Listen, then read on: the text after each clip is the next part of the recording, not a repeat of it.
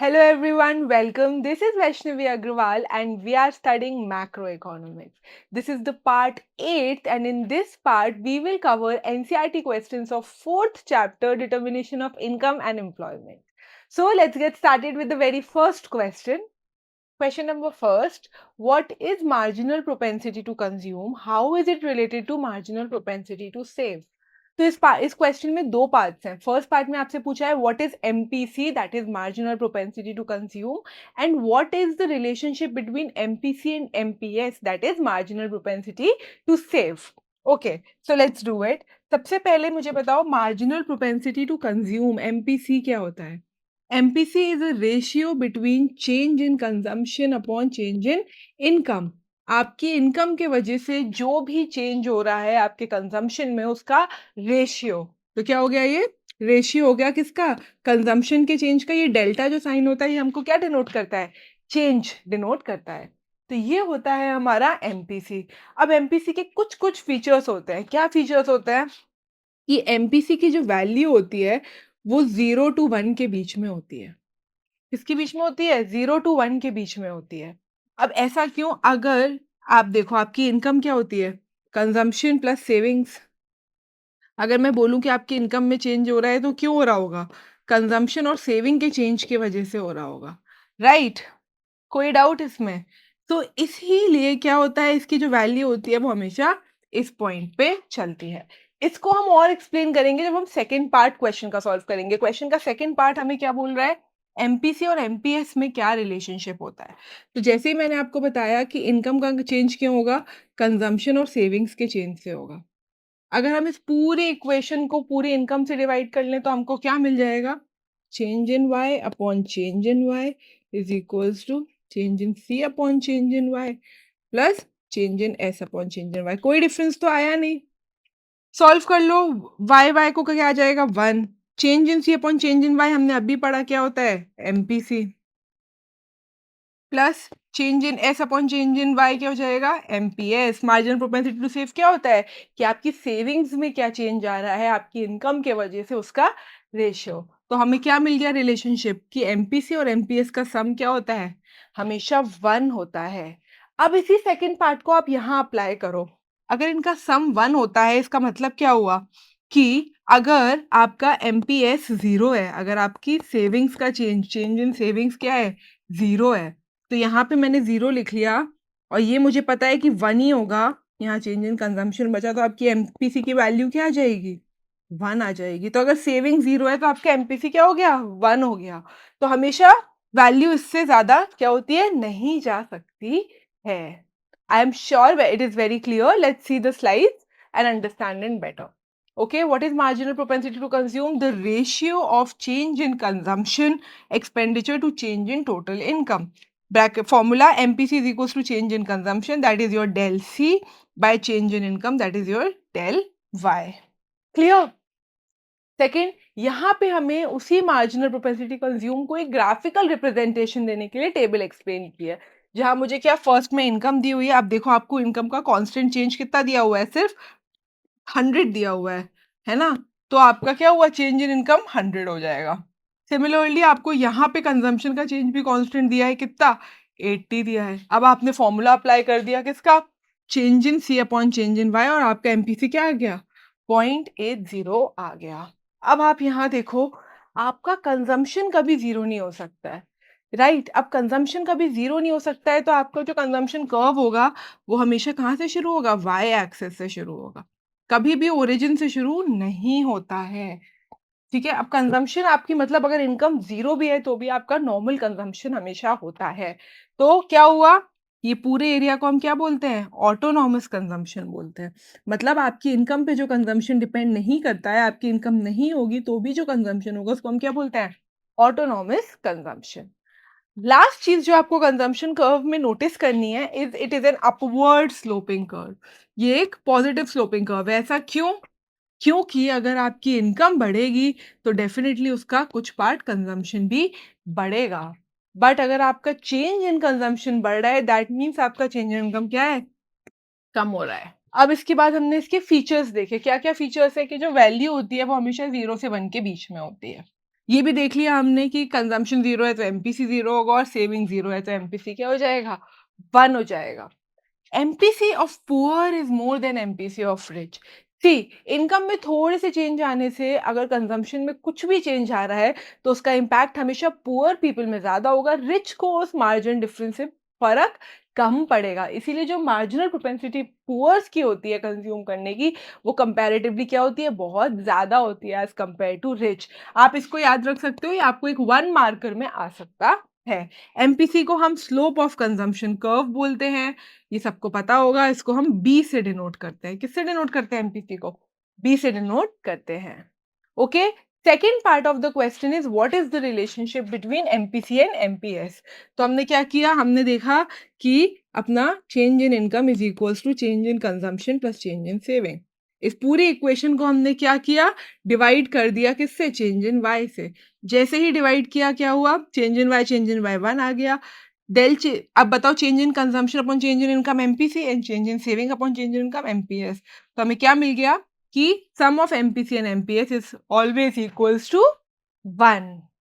Very clear. इसी को अगर हम ग्राफिकल रिप्रेजेंटेशन में देखेंगे तो क्या देखेंगे? सी, ये जो है C bar, this is our autonomous consumption. Bar से आपको वो फिक्स रेट बता रहा है। ये मेरी इनकम है 45 डिग्री पे, ये मेरा कंजम्पशन है। ई पॉइंट इज माय इक्विलिब्रियम। यहाँ पे क्या है? ई पॉइंट पे मेरी इनकम जो है वो मैं पूरी कंज्यूम कर रही हूँ। अगर मैं पूरी इनकम कंज्यूम कर रही हूँ तो इस पॉइंट पे जो आर है मेरी सेविंग्स, वो क्या हो जाएंगी? इस पॉइंट पे मेरी सेविंग 0 हो जाएंगी। ये हो गया equilibrium point. Very clear. Let's move to the second question. What is the difference between ex ante investment and ex post investment? दो वर्ड है यहाँ, ex ante और ex post investment। Very easy. ex ante investment होता है जो कि firm क्या करती है? डिसाइड करती है, डिजायर करती है। ये क्या हुआ? ये प्लान्ड इन्वेस्टमेंट होता है। ये वो इन्वेस्टमेंट होता है जो इन्वेस्टमेंट करने के पहले क्या फर्म डिसाइड करती है, प्लान करती है कि हमें इतना investment over this period of time करना है। That is your x एंटे। अब आता है एक्स पोस्ट। एक्स पोस्ट मतलब इन्वेस्टमेंट करने के बाद जो रियल और जो एक्चुअल इन्वेस्टमेंट हुआ, मतलब क्या? Realised investment. तो इसका क्या मतलब हुआ कि ये बिजनेस फर्म जब इन्वेस्ट किया नहीं है बट इन्वेस्ट के पहले जो प्लान किया है उसको हम एक्स एंटे बोलते हैं। और इन्वेस्ट के बाद जो एक्चुअली में प्लान के बाद जो रियल में इन्वेस्टमेंट हुआ है, एक्चुअल इन्वेस्टमेंट हुआ है, उसको हम क्या बोलते हैं? एक्स पोस्ट इन्वेस्टमेंट बोलते हैं। क्लियर? तो एक्स एंटे इन्वेस्टमेंट क्या होता है? Amount of investment firms plan to invest at different level of income the economy. इसको क्या बोलते हैं हम? प्लान्ड इन्वेस्टमेंट बोलते हैं। और एक्स पोस्ट क्या होता है? पोस्ट मतलब बाद में। Actual investment in an economy during any year, that is realised investment. क्या होता है? ये एक्चुअल इन्वेस्टमेंट होता है, जो रियली इन्वेस्टमेंट हुआ वो होता है। Very clear. Let's move to the next question. Question number third. What do you understand by parametric shift of a line? How does a line shift when its slope decreases and its intercept increases? इस question को 3 parts में divide किया है। First part में they just ask you कि parametric shift of line क्या होता है। जब भी हम कोई ग्राफ बनाते हैं, ओके, अगर उस ग्राफ में कोई भी ऐसा वेरिएबल है जो किसी भी एक्सटर्नल इकोनॉमिक फैक्टर से क्या हो रहा है? इन्फ्लुएंस हो रहा है, किसी भी एक्सटर्नल फैक्टर की वजह से वो शिफ्ट हो रहा है या उसमें कोई मूवमेंट हो रहा है, तो वो क्या शिफ्ट होता है? उस शिफ्ट को हम क्या बोलते हैं? पैरामेट्रिक शिफ्ट बोलते हैं। फॉर एग्जाम्पल आप ले सकते हो कि जो कंजम्पशन है, या फिर आप लो इन्वेस्टमेंट है, या फिर आप लो एग्रीगेट डिमांड है, ये सारे जो फैक्टर्स होते हैं ये सब किस पे डिपेंड करते हैं? ये सारे फैक्टर्स नेशनल इनकम पे डिपेंड करते हैं। अगर आपकी इनकम में चेंज आया है तो आपकी consumption, saving, aggregate demand, investment हर फंक्शन में चेंज आता है। तो एक एक्सटर्नल फैक्टर से किसी भी इकोनॉमिक वेरिएबल के रिलेशन में कोई चेंज आ रहा है और ग्राफिकली कोई भी शिफ्ट या मूवमेंट हो रहा है तो उसको हम क्या बोलते हैं? पैरामेट्रिक शिफ्ट बोलते हैं। क्लियर? अब आप दोनों सिचुएशंस देखो। फर्स्ट में दे हैव आस्क्ड यू अगर स्लोप डिक्रीज हुई है, और सेकंड में अगर इंटरसेप्ट इंक्रीज हुआ है। अब अगर स्लोप डिक्रीज होती है तो क्या होता है?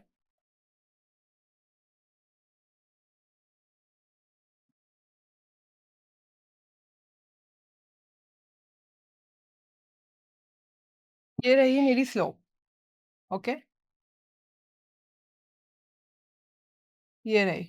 अब मैंने आपसे बोला कि मेरी स्लोप क्या हो गई है? डिक्रीज़ हो गई है। डिक्रीज़ हो गई है मतलब इसमें मूवमेंट हुआ, तो ये क्या हो जाएगी? ये हो गई।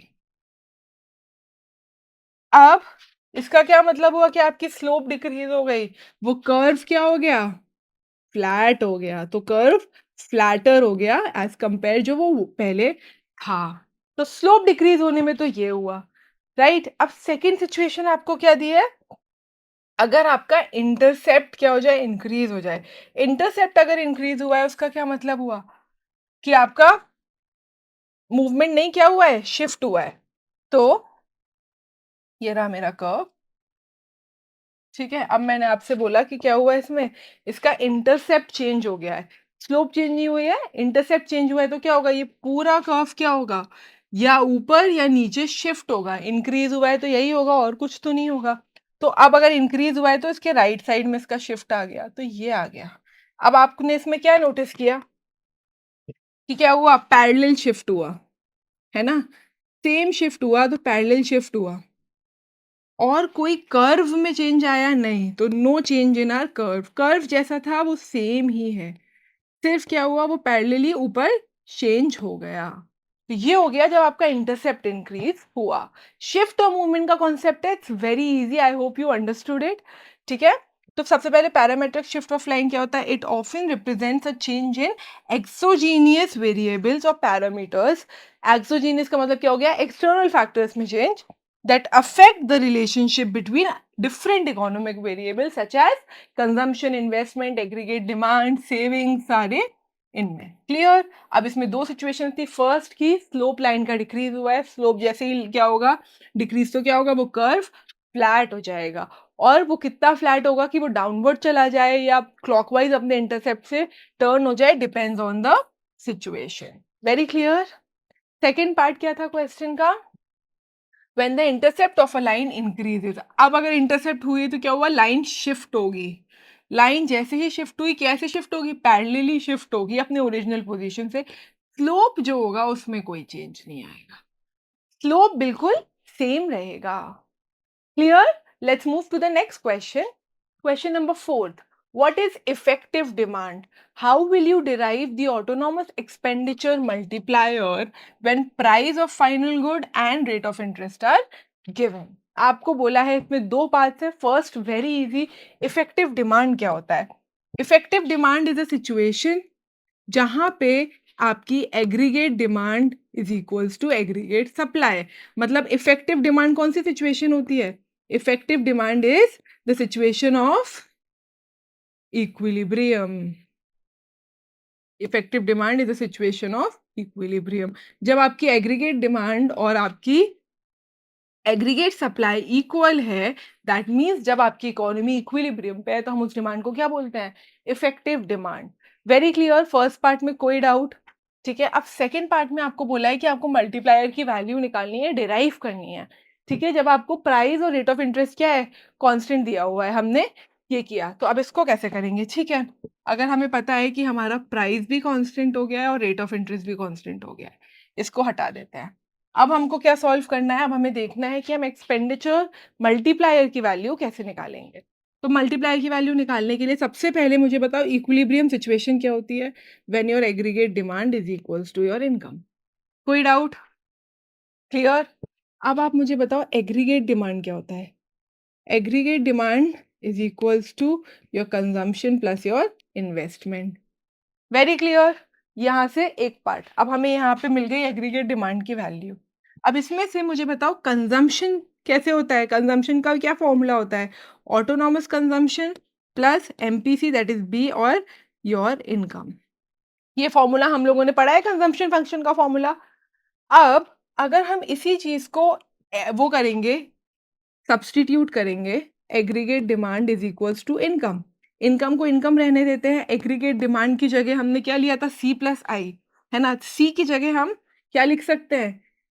ए प्लस बी वाई, और आई को हमने सेम रख दिया। कोई डाउट? अब ये y यहाँ पे भी है, यहाँ पे भी है, पूरा y क्या करेंगे? एक साइड ले जाएंगे। y एक साइड आ गया तो क्या हो गया? y minus b upon y is equals to a plus I. Clear? अब इसी को आगे लिखते हैं।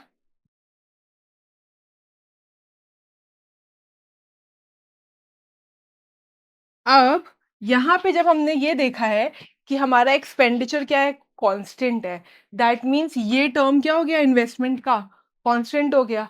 ऑटोनॉमस कंजम्पशन तो एनीवे क्या होता है, कांस्टेंट होता है, इनकम पे डिपेंडेंट होता ही नहीं है। तो ये पूरा क्या हो गया, एक कांस्टेंट हो गया। कोई डाउट? अब यहाँ पे मैंने क्या किया, y को कॉमन ले लिया, इनकम को अंदर क्या बचा, 1 माइनस बी। क्लियर? और ये आ गया अपना सेम, इसको हमने लिख लिया कांस्टेंट, तो a प्लस आई। अब यहाँ पे सिर्फ y की वैल्यू निकालने के लिए ये मल्टीप्लाई में उस साइड क्या होगा, डिवाइड में चला जाएगा। इसको सेम रखा, इंटू 1 अपॉन डिवाइड में आ गया 1 माइनस बी। ये कांस्टेंट है, इसको हटा दिया तो क्या आ गया,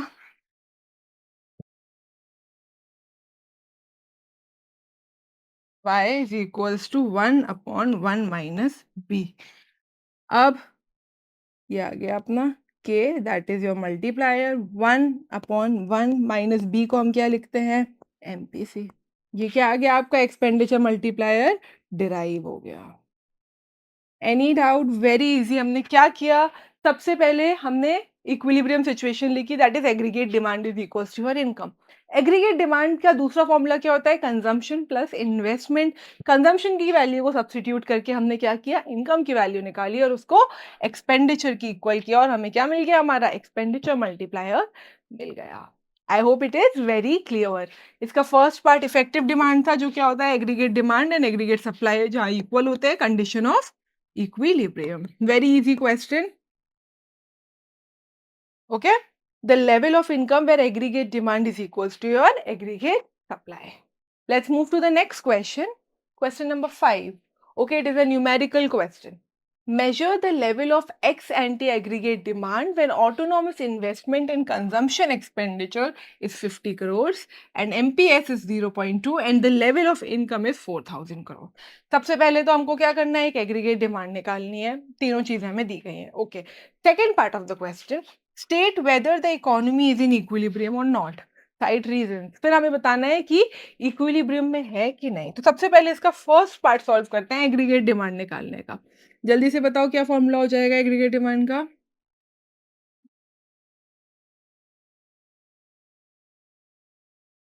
ये हो गया, इससे हमें निकल जाएगी कि हमारी क्या डिमांड है। ठीक है, अब हमको ऑटोनॉमस कंजम्पशन कितना दिया है, 50 करोड़।